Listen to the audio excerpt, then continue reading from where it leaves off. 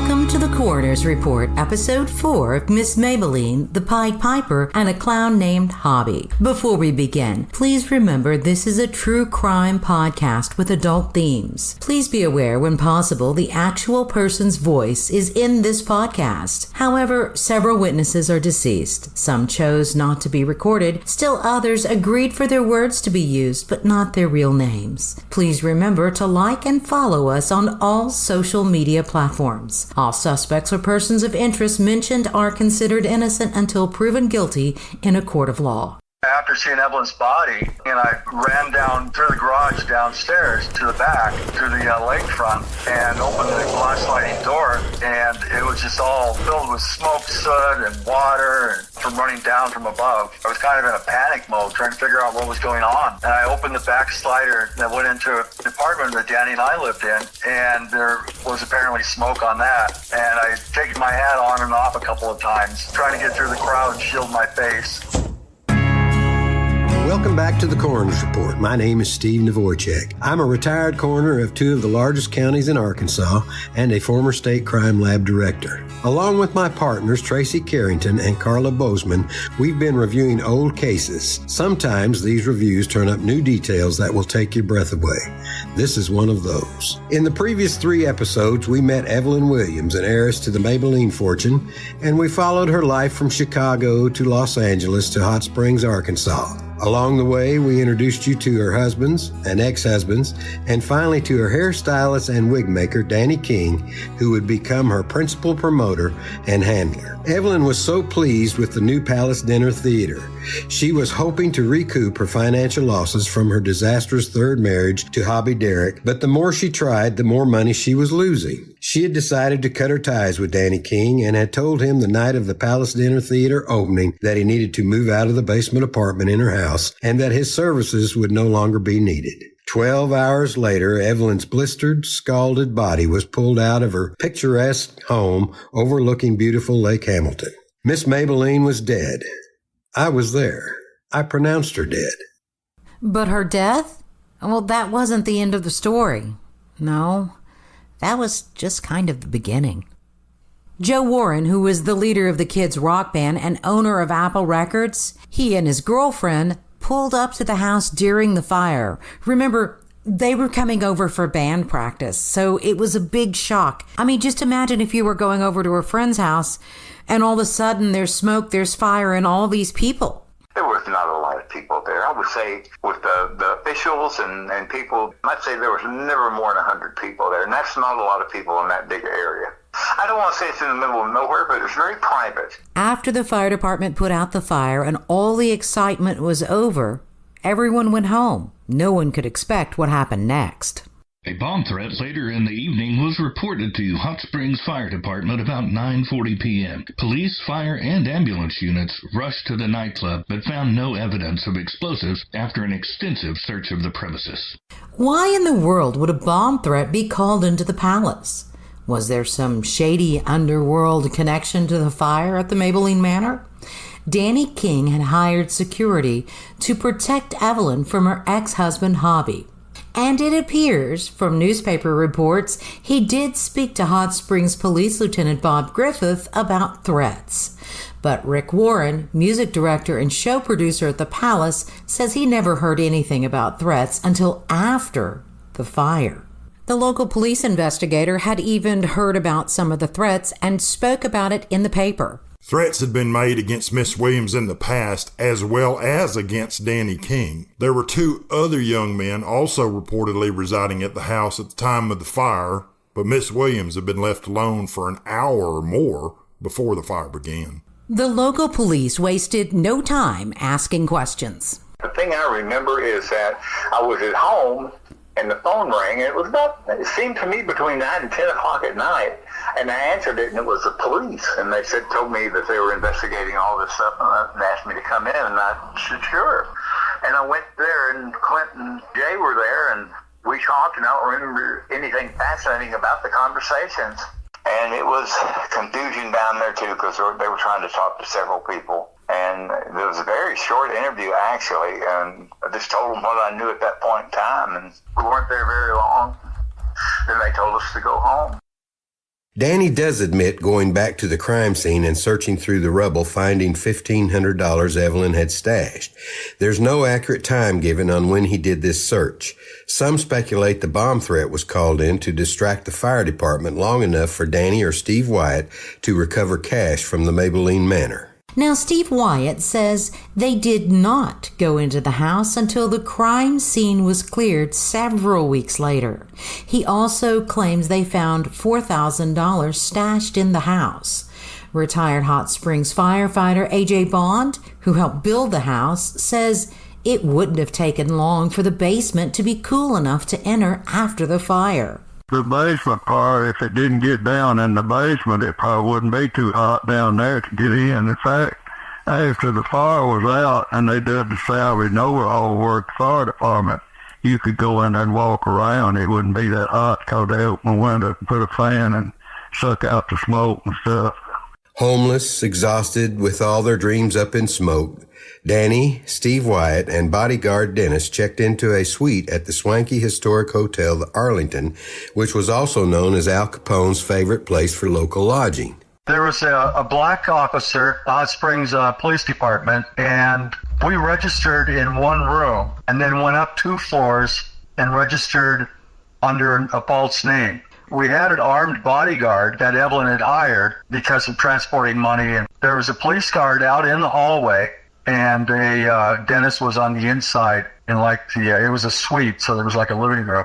2 days later, Evelyn's son arrived with his fiancée to help with his mother's estate. The fiancée, Gloria, wrote a letter documenting what happened. The 8-page letter was sent to the Arkansas State Police lead investigator. On Tuesday, March 7th, about 4 a.m., Mr. Williams observed a letter on the floor in front of his door, room 776 in the Arlington Hotel. I called his room at approximately 6:40 a.m. and asked the hotel operator to make a record of the time of the call. He said hello, but I didn't recognize the voice, and I asked to speak to Danny King. Finally, after much commotion, he put Danny on the phone. I asked him who answered the phone, and he said Stephen Wyatt. He mentioned his bodyguard was there as well, and he had a permit to carry a gun to protect him. I remarked, 3 of you in one room? And he said, yes, it's hell. However, several times during the conversation, he called loudly for cigarettes, and I realized he had a suite of rooms. Who paid for Danny's room? Rick Warren remembers. Well, apparently, they were running up a bill, trying to charge it to the palace. Finally, I guess the bank, said we're not paying this, and they kicked them out and held their clothes. The next morning, Sergeant Ray Carnahan of the Arkansas State Police Criminal Investigation Division and Fire Marshal Joe Bob Garner, along with Hot Springs Police Department Lieutenant Bob Griffith, performed a fire scene search of the premises and produced a 10-page report containing burn patterns, measurements, a diagram, log of evidence collected, and an extensive photo log. That information survived in the Arkansas State Police file. We have a copy of that 10-page report, but no photos were found when we requested information from the State Crime Lab, the Hot Springs Police Department, or the Arkansas State Police. My extensive coroner's report and the many photos I personally took at the scene were never located, but we do have a statement from the newspaper by local police lieutenant Bob Griffith. 2 fires started in the house at about the same time. One began between the wall in the kitchen and the foyer, with the other one breaking out at the base of a bookshelf located in a hall near the bottom floor furnace room. We received at least one report of a car seen speeding away from the home shortly before the blaze was discovered, but a poor description of the vehicle was given. The bomb threat leveled against the dinner theater Thursday night is believed to be a prank and not connected to the fire. Detectives are conducting interviews with several persons and have plans for several more today, but there are no suspects at this time. Steve Wyatt remembers that car. There was a car seen by neighbors, a blue Camaro or Trans Am, speeding out at a high rate of speed. And within minutes, the neighbors saw all the smoke. One of the creepiest parts of the story that's haunted me for years. The story goes that Evelyn was trying to escape the fire when she went to the front door and the doorknob came off in her hand, trapping her in a fiery inferno where she died trying to escape. The headlines from the local paper the next day screamed that she died with the doorknob in her hand, but that certainly doesn't appear to be the case. The fire report itself says nothing about the doorknob being found in her hand or even anywhere near her body. Jim Hawley, the medic at the scene, has an opinion on where the doorknob was located. The other thing I wanted to comment on is that they said they found the door handle on the floor inside the front door. Well, that could have been breached by the fire department when they made entry to the front door. She was not near the doorway. I think the kitchen was to the left, and there was like a eating room or something down the hall near the back of the house, some other room, and she was facing away from the kitchen or away from the cooking area, supine. Her head was in a room, I believe, to the right. Her feet were visible down this corridor. She was nowhere near the front door. Of course, what does near mean? When we measured it out, the foyer measures 10 feet wide by 7.5 feet deep. Evelyn was found about 6 feet from the front door. Near is simply a relative term, and it certainly makes sense how this important bit of information could have been confused. Hot Springs Police Chief Grover Douglas was quoted the next day in the paper. Law enforcement officials are investigating foul play and suspected arson in connection with the fire, which completely gutted 5 rooms of the 18-room home. Apparently, the fire broke out in 2 places in the house at about the same time. Also, the victim was found near the front door lying on her back. About $75,000 worth of damage was done to the house. You know, during this time, the crime lab was doing what they called visual autopsies. While I was the coroner, they just really frustrated me when I'd get back something that I knew that I did the same thing at the scene, but this visual autopsy business was something that was not generally accepted in the crime lab world. I was put on a task force with several other people from around the state to look at this, and we made very strong recommendations firing the medical examiner who did this autopsy. Shortly after all of this, I became the director of the crime lab. We made some pretty sweeping changes. Crime labs are supposed to be objective, and they're not supposed to work for any one entity, either the prosecution or the defense, in criminal cases. Arkansas is unique in that it's one of the few states left that still have elected coroners and an appointed medical examiner. Coroners essentially act as investigators in the field for the medical examiner. Now, the other thing about this, and during that time frame, the medical examiner and people in Little Rock in general were viewed sort of as, the messiahs afar. And when state police received word from the crime lab, we sort of considered that as just some message from above. Police were just as bad as everybody else who believed everything that came from the crime lab. Lieutenant Bob Griffith with the Hot Springs Police Department Detectives Bureau was assigned to the case, and early on he believed the fire was intentionally set. There's very little doubt that the body is Miss Williams. Myself, along with other investigators, are reasonably certain the fire was a result of arson. Local and state investigators found a doorknob in a portion of the burned floor. In fact, the hottest part of the fire burned a wall opposite her location in the foyer. This wall was shared with the kitchen, but on the other side of the wall was a cabinet, not the stove, a cabinet. In the police fire scene report, there is no notation of where her body was because no fire or police officials ever saw the body before Jim Hawley dragged her out. In fact, Steve Wyatt told us that Evelyn stored hard liquor in a cabinet located along that same wall in the kitchen. The house had a full bar downstairs, but that was in Danny's apartment. Evelyn kept liquor in that cabinet upstairs to entertain her guests. Evelyn was found in a hallway off the foyer to the right. Her feet were in the foyer. The foyer opened at the end of the dining room, but right before the dining room, there was this hallway to the right. She was found face up with her body lying in the hallway toward the bedrooms, just as Holly had said during our interviews. So her body was definitely located 6 feet from the front door in a hallway off the foyer to the right, near yet not right next to the front door. From all this information, we can reasonably say the doorknob was found on the floor in the foyer and not in Miss Maybelline's hand. Angie Sheets remembers the doorknob. I believe Danae told me about the door handle had come off in her hand. And he shared with me when he got home, I mean, there she was and how it must have I can't even imagine how devastating it was for him. I'm starting to think all this nonsense of her dying with the doorknob in her hand started with the melodramatic Danny King. And this security measure, that sounds more like horseshit to me. If you like the Coroner's Report and the programming we're providing, please remember to like and subscribe wherever you get your podcasts so we can keep providing quality programming. Like and subscribe today.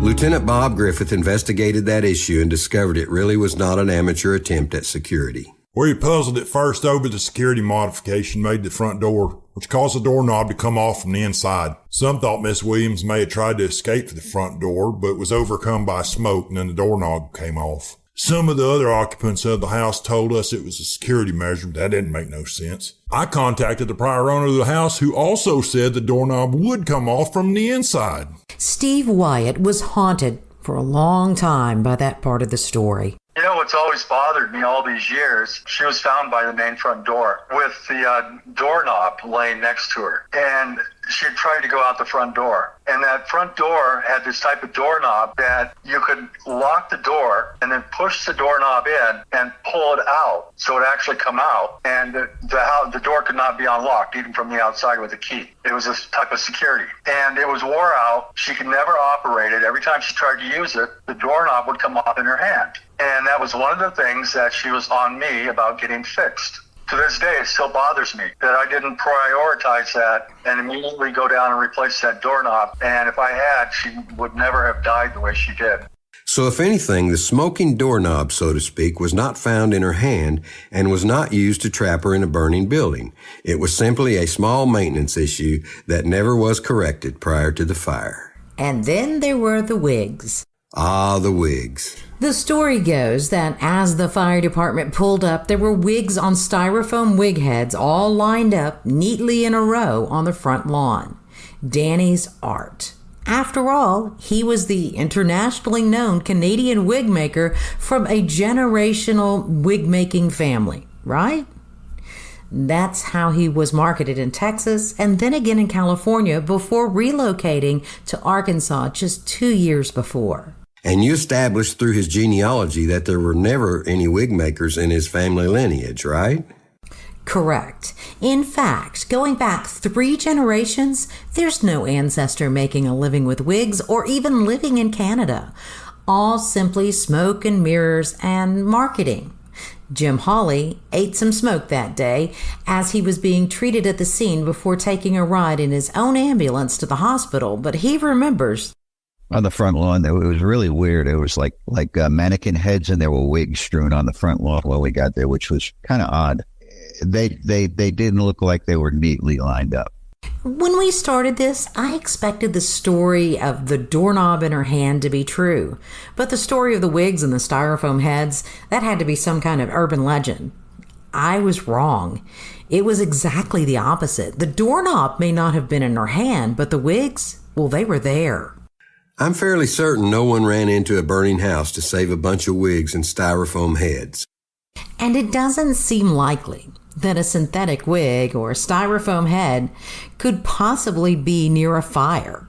We even checked the humidity level from the National Weather Service for that day. No one's ever going to put a wig outside in 82% humidity to air out because that would just cause frizz. You know, I really don't remember much about the wigs because I was focused on the death scene, of course, and making sure that my medic was okay. My coroner's assistant, who was with me that day, LaJuan Hill, vividly remembers the wigs, and she remembers that I took dozens of photographs and that she took pages and pages of notes, none of which can be found at the coroner's office today. But even days later, Evelyn's son remembered seeing several wigs at the house outside the front door. He arrived from California 2 days after the fire, and they were still on the lawn near the front door behind the police tape. According to the Hot Springs Police Department, 6 days after the fire took Evelyn's life, the Arkansas State Police Major Case Squad is assisting local law enforcement in the investigation because of the number of people involved in the case and an overload of cases. Retired Arkansas State Police investigator David Hendershot remembers the case well. He was assigned to assist lead investigators Sergeant Mike Fletcher in the investigation. What I think the best of my recollection is that it had been done 5 days after the fact. The crime scene was screwed up. The fire department had been in there and everybody else. I think the family, her kids, called the state police and had these conspiracy theories that maybe Danny did it or the Dixie Mafia and all this other kind of crap, and they wanted us to look into it because they didn't trust the local police to do it right. The Arkansas State Police interviewed the State Crime Lab medical examiner whose investigation was very brief. We have examined the charred remains of the body received from Hot Springs, Arkansas, and find it the following results. There is no alcohol content in the body. The body is of a white female in the middle of her upper 70s. The dental work is worn. There is no evidence of any foul play, such as deep wounds, cuts, or so forth. The cause of death is smoke inhalation. Her dental work was worn? Evelyn didn't have dental work. She did have dentures, and they were specially made dentures that helped fill out her cheeks because of her age and provided her her signature radiant smile. That was just the beginning of the strange stuff. By 1978, carpenter A.J. Bond, who worked for the builder of the house, had been with the fire department for 12 years. While he didn't work the fire, he had heard stories for years from his fellow firefighters, and he remembered nearly all of them. At the time that house burned, and everybody's suspicion that some of them set it on fire. There were plenty of theories on the cause of the fire. The most humorous to me might just be the chicken in the pot on the stove. According to Danny King, the frozen chicken went into the pot on the stove at approximately 10:30 a.m. and boiled down, starting a massive inferno by 4 p.m. Now, this was only about an hour after Jay Lambert left the house, yet Jay didn't ever report the smell of burning chicken. So I'm no scientist, but I know how to boil a chicken, and it sure doesn't take 6 hours. The crime scene search report done the next day by fire investigators clearly describes the chicken that Danny said was placed on the stove to stew at about 10:30 in the morning. It reads, on the back right burner of the cook stove, a cooking pot has melted down and had run around the coils of the burner. On the left front burner was a pot which contained pieces of meat which is believed to be chicken. The chicken inside the pot was not charred. It was in a medium well stage. So, how could a stewing chicken survive in a raging inferno and not be charred? The pot had melted away. And how could a chicken stewing for 6 hours still just be cooked to medium well? Something's not adding up. So that's what happened, but that doesn't really tell us much of anything now, does it? It's time to boil down the cabbage and see what floats to the top. Let's start with an easy question. What caused the fire? Was it an accident? Was it intentional? Easy questions, right? So when in doubt, call in an expert, and that's just what we did. John Fleisterer, 23 years with the North Little Rock Fire Department. So about 20 of that was spent as a paramedic. About the same was spent as a fire investigator. 12 was spent in the fire marshal's office as a fire investigator. I have a bachelor's degree in public safety. There were and still are so many questions about this case. One of the big questions was the location and condition of Evelyn's body inside the home.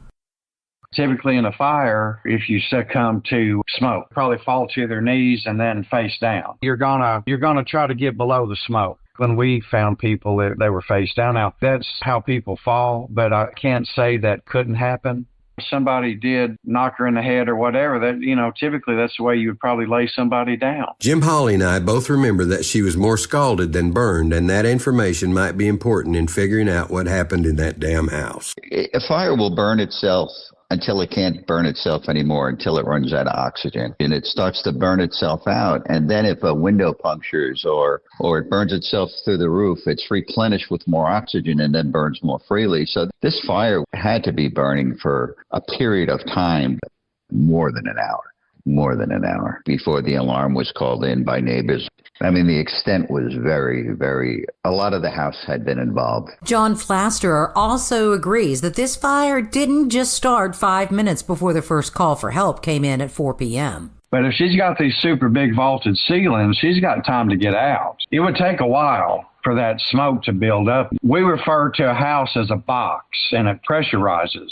So the pressure builds up, and it like I say, it pushes that smoke down until the smoke basically pushes you down. So this smoke would have to bank down until it reaches her. She would have more time than a typical person to get out. Now remember, Jay Lambert told police in his statement that he left the house at 2:45 and he heard but didn't see anyone moving around in the kitchen. Arkansas State Police investigator David Hendershot remembers all the different theories. Danny normally took care of her and took care of the meals and did things for her and all this, but he got so wrapped up in that nightclub that he conned her out of. I honestly believe, and it was an accident. I understand that the arson investigator says that the chicken wasn't burnt, so it couldn't have started the fire. Well, from what I read in that report, supposedly she had put a chicken on a pot to boil, to thaw it out. If you just throw that chicken in a pot of water and boil for a while, all that fat is rendered out. Well, when the water starts boiling, if it starts foaming up, it's going to go over, and the fat's going to be the first thing that hits the fire. When it catches on, by the time she realized something was going wrong, the whole top of that stove would have been on fire, and there would have been fire going up the walls. But I didn't have access to the fire department report or none of that. I didn't know half what you know. Retired Hot Springs fireman A.J. Bond, who built the kitchen cabinets in the house, has other ideas of what caused the fire. If it would have been a chicken boiling, she would have smelled it. I wasn't out there. I didn't see it. Everybody that I talked to was real suspicious that it was set on fire intentionally. I never heard boiling water setting nothing on fire. Medic Jim Hawley, who crawled in and dragged Evelyn's body out, says he doesn't think it was the chicken. Well, not unless the chicken was still alive, caught fire, and ran around the house. Wigs, flaming chickens of death, stepfathers marrying daughters, geez. In the fire report, the stove was electric with a coil. When in doubt, call an electrician, and that's what we did. Meet Jeff McCann. He's a master electrician with Wise Buck Electric in Pine Bluff, Arkansas, and that means he knows his stuff. The maximum temperature on a stove coil is around 550 degrees Fahrenheit, and then the aluminum is like 1,200 degrees Fahrenheit to actually melt, if not more than that. No electric coil is going to get that hot. The stove is ran in one circuit. It's got its own circuit. No matter how old the house is, they've always had their own circuit. It's a big service for your house. It's the biggest service usually in your house. It's usually a 40 or 50 amp circuit, depending on the size of it. It's 3 wires that go to it. Nowadays, there's 4 wires that go to it. But back then, it was probably just 3. And I still don't see how it would backfeed and cause fires in the other parts of the house. That's unlike any electrical fire I've heard of. That's typically not how it goes. You get a hot spot, and then the whole house burns down from that hot spot or something like that. Didn't ground the system properly or to cause problems throughout the rest of the house. It just don't make sense to me. Immediately after the fire, the rumors of faulty wiring or faulty heating ducts were fueled by Danny himself. Gloria Rosen, who was in town 2 days after the fire and would later marry Evelyn's son, informed the investigators. Danny made a special point of telling me of all the faulty wiring. In Gloria's letter, she says Danny also blamed faulty heater ducts as the cause of the fire. Carpenter and retired firefighter A.J. Bond, along with the master electrician Jeff McCann, believe the wiring in the house wasn't the problem. The house, as you know, was built in the mid-'60s and was inside the city limits. They had a licensed plumber and electrician do it. I don't remember who it was, but they always utilized an electrician and plumber too in their houses. Even in the mid 60s, I think they came out in like 62 or 64, where it was code, where it was mandatory. So if it was code and built in the city limits, then yes, it probably had a 3-wire setup with a ground. Danny also mentioned to Gloria and others that the ductwork was faulty. However, there was no damage to the basement furnace room or the furnace itself. McCann thinks differently. Faulty ductwork. I mean, even then, let's say if it is faulty ductwork, how is that going to cause a fire? Even if you got your heat turned all the way up, it's still blowing through there about 70, 75 degrees, if not 80. Faulty ductwork? I don't see faulty ductwork doing it. John Flaster, our fire expert, found the idea that Danny was saying the cause was electrical is almost laughable. Just the fact that he wouldn't have any idea that happened. I mean, he would have no idea. Nobody would know that unless an electrical expert was hired. I would have to bring somebody in, and like electricians, heat and air guys who were very good at it. And we might start an initial investigation, and if we found some things that were suspicious, then we would have to bring in engineers, So to bring that up, you just have to laugh that off. So up next is the idea of arson. But how do you prove, after all these years, what happened? We know there is heavy fire damage in the foyer and in the living room. But the most severe damage from the fire was in the kitchen, but not where you would expect.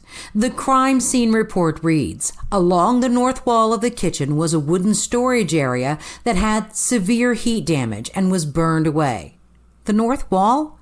Why, that's opposite of the stove, and it was a cupboard where Evelyn stored liquor, according to Steve Wyatt. Yet Holly, the medic that went into the house during the fire, firmly believes it may have been intentionally set. And remember, Holly was a trained firefighter as well as a paramedic. Well, it had been burning a while. I mean, you don't go from 0 to 10 in a very quick time. It looked like it had been burning for a while. And anytime you get a fire that has been, that appears to be started in different places in a structure, you always have to think about, arson. And from every report that Steve had sent me, it said they acknowledged the fact that there were several points of origin from the fire itself. That's always troublesome to see that. John Flasterer, who is a very well-educated arson investigator and a retired battalion chief from the North Little Rock Fire Department, went back to the reference materials to easily prove this fire was intentionally set. NFPA, which is National Fire Protection Association, covers everything fire-related, from, safety to the way buildings are built to fire investigations. If you can think of it, they cover it. It's the Bible. Chapter 23 specifically, in fact, it's called incendiary fires. So the third paragraph in it is called multiple fire, an arson fire. It looks like it was a set fire. It seemed that there were multiple ignition points, minimum of 3 separate ignition points in the home. It's pretty obvious that it wasn't a kitchen fire. The chicken wasn't burned. If it's a cooking fire, one thing for sure is the food in the pot is going to burn. It's going to burn, it's going to char and pretty much burn to nothing. Of course, arson is one of the hardest crimes to prove there is. You just about got to see somebody set it on fire, and somebody got to see you see them set it on fire. So if this wasn't an accidental fire and was an intentional arson, who did it? Who had something to gain from the death of the Maybelline Queen? Arkansas State Police investigator David Hendershot was assigned to assist the lead investigator. Hendershot Mirandized and questioned Stephen Wayne Wyatt. The interview was expected to be a long one, and it was recorded. Gary Miller with the Hot Springs Police Department was to transcribe the recording, and copies were supposed to be placed in the state police file. The transcription was never done. Wyatt remembers being polygraphed and believes that Jay Lambert was polygraphed as well. Danny had agreed to a polygraph, but none of those records survived in the file. During the interview of Stephen Wyatt, it was observed by this investigator and Sergeant Gary Miller with the Hot Springs City Police Department that Mr. Stephen Wyatt was wearing a gray-colored cloth cowboy hat and that this hat contained smudges of soot and ash on the brim. At this time, this investigator asked him if he touched anything at the scene of the fire or Mrs. Williams' body, and he stated that he did not. At this time, I asked him if he would release his hat to have it analyzed, and he advised that he would. Arkansas State Police investigator Hendershot took Wyatt's hat, his shirt, his boots, and jeans into evidence. During our interviews, Steve Wyatt was adamant he did not enter the house until the crime scene had been released and the judge had given the okay for them to return to gather their belongings. That happened almost 3 weeks after the fire. Yet in a follow-up interview, Steve Wyatt told us a slightly different version of how soot might have gotten on his cowboy hat. Yeah, after seeing Evelyn's body, and I ran down through the garage downstairs to the back, to the lakefront, and opened the glass sliding door, and it was just all filled with smoke, soot, and water from running down from above. I was kind of in a panic mode, trying to figure out what was going on. And I opened the back slider that went into the apartment that Danny and I lived in, and there was apparently smoke on that. And I'd taken my hat on and off a couple of times, trying to get through the crowd and shield my face. This concludes the 4th episode in the Miss Maybelline, the Pied Piper, and a Clown Named Hobby series. Our team, well, we're still looking for answers. If you have information you'd like to share, please reach out to us on our website at coronersreport.net or on any social media platform at The Coroner's Report. And don't forget to subscribe to our podcast. This case can still be solved, but we need your help. Thanks go out to all who made this podcast possible, including Evelyn's granddaughter, Sherry Williams, who sat for hours of interviews and provided the voice to her grandmother's words. We would also like to thank Joe Warren, AJ Boyd, Steve Wyatt, Rick Warren, Jim Hawley, Angie Sheets, David Hendershot, John Flasterer, and Jeff McCann for allowing us to share their memories and their expertise. Special thanks to voice actors J.D. West, Alan Prather, and Amy Oliver Barnes. Additional information about this story may be found in the following books: The Maybelline Story and the Spirited Family Dynasty Behind It, written by Evelyn's granddaughter, Sherry Williams, and The Maybelline Prince, written by Danae Montague King.